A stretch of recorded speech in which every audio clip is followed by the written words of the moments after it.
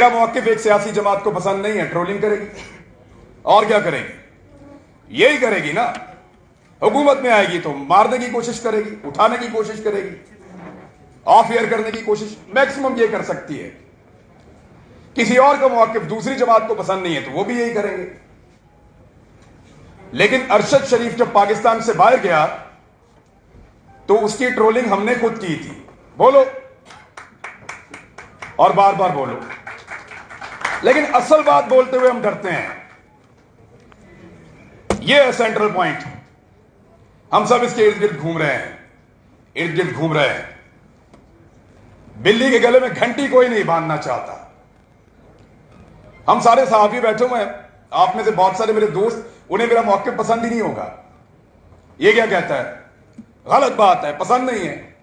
समी इब्राहिम साहब की बात पसंद नहीं होगी किसी को घुम्मन साहब की, भट्ट साहब की बात पसंद नहीं होगी। तो अपनी अपनी पसंद और नापसंद है। मुझे भी बहुत सारे लोगों की बात पसंद नहीं। ये इख्तलाफ रहेगा, ये इख्तलाफ रहना चाहिए, इसमें तो कोई बुराई नहीं है।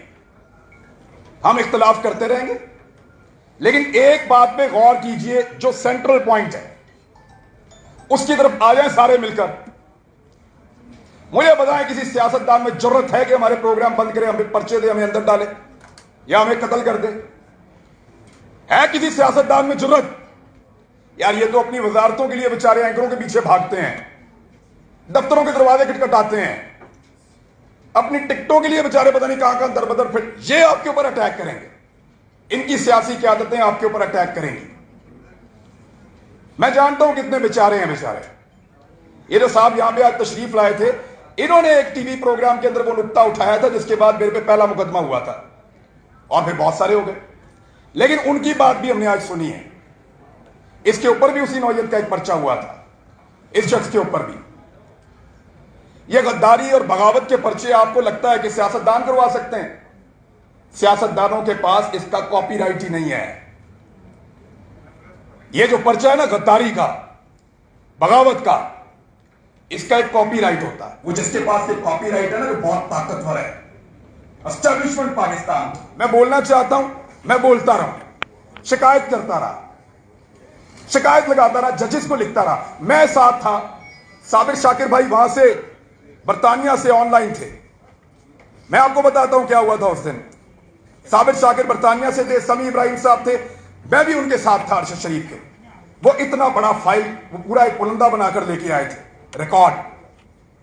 यहां जो सेनेट की कायमा कमेटी है उसके अंदर निकाले वो वीडियो और देखें अरशद शरीफ ने बताया उनको कौन मारना चाहता है।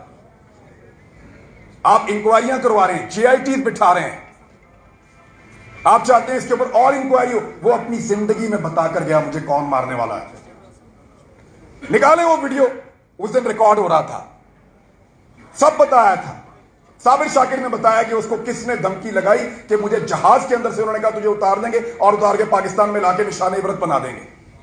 पूछे उससे, अहमद दुरानी क्यों है पाकिस्तान से बाहर? मुहित मीरज़ादा क्यों पाकिस्तान में बैठ के प्रोग्राम नहीं कर रहा? साबिर शाकिर पाकिस्तान वापस आने का इंतजार कर रहा, क्यों? अरशद शरीफ से जब बात हुई वो पाकिस्तान वापस आना चाहता था, उसको तो पाकिस्तान में रहना था। वो जान बचाने के लिए किसके डर से भागा?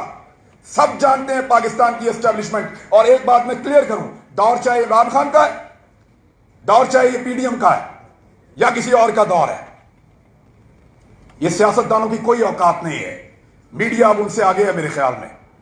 हम इतने बुज़दिल और इतने कमजोर नहीं है कि इनसे मार खाएं। जो सबसे ताकतवर और तगड़ा है ना, मुकद्दस गाय, वो आपको टकरे मार रही है, वो आपके पीछे पड़े हुए हैं, पाकिस्तान की एस्टेब्लिशमेंट। मैं आपको एक चीज की मिसाल दे देता हूं। इमरान खान के दौरे हुकूमत में जिन सहाफियों के ऊपर कार्रवाइयां हुई, जिनको पकड़ा गया, मारा गया, आप जरा उनका एक लाइन के अंदर नाम तो लिखें। ये वो तमाम लोग हैं जिन्होंने एस्टेब्लिशमेंट के खिलाफ कोई ना कोई